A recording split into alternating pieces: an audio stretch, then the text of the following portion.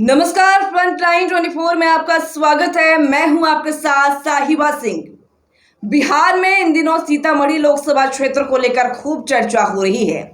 सीतामढ़ी मिथिलांचल का वह जिला है जहां मां सीता का जन्म हुआ था।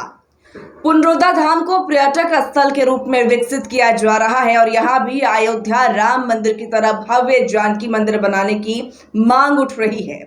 मां सीता को लेकर सीतामढ़ी की चर्चा सदियों से देश और दुनिया में हो रही है। इस बार यहां लोकसभा चुनाव को लेकर सरगर्मी उफान पर है। देखिए ये रिपोर्ट। वर्तमान सांसद सुनील कुमार पिंटू का टिकट काट दिया गया है। जदयू ने विधान परिषद के सभापति देवेश चंद्र ठाकुर को प्रत्याशी बनाया है। राजनीतिक गलियारों में चर्चा है कि क्या यहां के वैश्य समाज सुनील कुमार पिंटू के टिकट काटने से देवेश चंद्र ठाकुर की मुश्किलें बढ़ा सकते हैं। यह सवाल क्यों उठाया जा रहा है? इसलिए ना कि एनडीए गठबंधन में वैश्य समाज की उपेक्षा हुई है।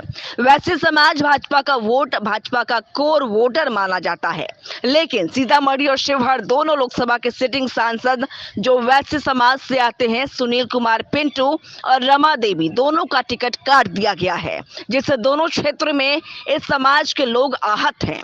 दोनों लोकसभा में सवर्ण, राजपूत, ब्राह्मण को जदयू मैदान में उतार दिया है। इससे भी लोग नाराज हैं।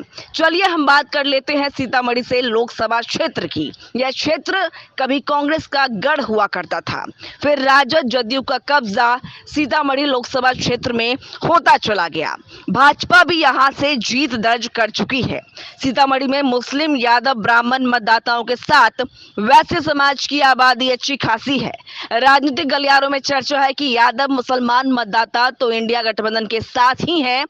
अगर वैश्य समाज की नाराजगी वोटों में तब्दील हो गया तो विधान परिषद के सभापति जो सीतामढ़ी से इस बार एनडीए गठबंधन के प्रत्याशी हैं, उनकी जीत का रास्ता कठिन हो सकता है। बात भी सही है, अगर ये तीनों समुदाय के वोट एक साथ जिधर चला जाए उस गठबंधन की जीत। लेकिन जदयू ने जिस प्रत्याशी को मैदान में उतारा है वे सीतामढ़ी के सदाबहार नेता माने जाते हैं। देवेश चंद्र ठाकुर कई बार से विधान परिषद सदस्य अपने बलबूते जीतते आ रहे हैं। वे सीतामढ़ी, शिवहर और मुजफ्फरपुर जिले में सबसे लोकप्रिय नेता माने जाते हैं। देवेश चंद्र ठाकुर ही एक चेहरा है यहाँ जिनके लिए हर समुदाय में आदर का भाव देखा जा रहा है। उनकी जगह कोई और चेहरा आज अगर मैदान में होता तो जदयू की परेशानी बढ़ सकती थी, लेकिन देवेश चंद्र ठाकुर सर्वप्रिय नेता माने जाते हैं। उन्हें सीतामढ़ी में हर वर्ग का समर्थन प्राप्त है, जैसा क्षत्रिय ब्राह्मण में दिखा। सीतामढ़ी के लोग बताते हैं कि ठाकुर जी वर्षों यहाँ के लोगों का खिदमत करते आ रहे हैं। यही नहीं, इनकी खासियत और महानता है। कोरोना काल हो या कोई और प्राकृतिक आपदा, देवेश चंद्र ठाकुर बढ़ चढ़ कर लोगों की मदद की है। हर वर्गों के दुख सुख में साथ रहने वाले ऐसे प्रत्याशी को सीतामढ़ी के मतदाता भला कैसे खोना चाहेंगे। इनके नाम पर ना तो कोई यहाँ फीलिंग है, ना कोई भेदभाव और ना कोई जात पात का मसला। सीतामढ़ी लोकसभा क्षेत्र के किसी भी भाग में चले जाएं, बड़े ही सम्मान से यहाँ के लोग इनका नाम लेते सुनाई देंगे। देवेश चंद्र ठाकुर को 2 माह पहले ही नीतीश कुमार ने सीतामढ़ी से चुनाव लड़ने के लिए कह दिया था। ऐसा उन्होंने क्यों कहा ये तो नहीं पता, लेकिन क्षेत्रीय भ्रमण से तो यही लगता है कि उनके सामने कोई आ जाए, उनके कठिन परिश्रम सीतामढ़ी में करना पड़ेगा। जहां तक वैश्य समाज की बात है तो इन वर्गों में नाराजगी जरूर है, लेकिन वे जुबान नहीं खोल रहे। सुनील पिंटू भाजपा नेता रहे हैं। उन्हें विशेष परिस्थिति में 2019 में जदयू से टिकट मिला था। नीतीश कुमार बहुत ही पहले ही तय कर लिया था कि यहाँ प्रत्याशी बदलना है। यही हुआ और सांसद सुनील पिंटू टिकट से वंचित हो गए।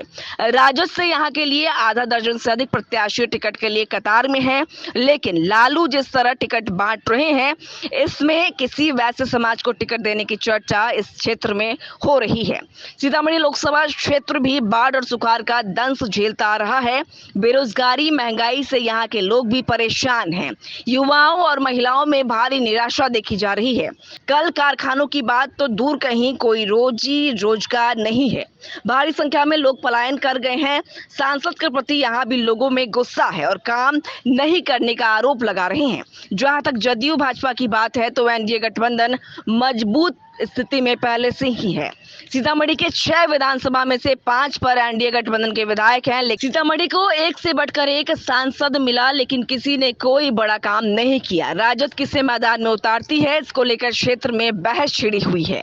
महागठबंधन का यहाँ कौन प्रत्याशी होता है, इस पर बहुत कुछ निर्भर करता है, लेकिन जो भी होंगे यहाँ की लड़ाई दिलचस्प होने वाली है।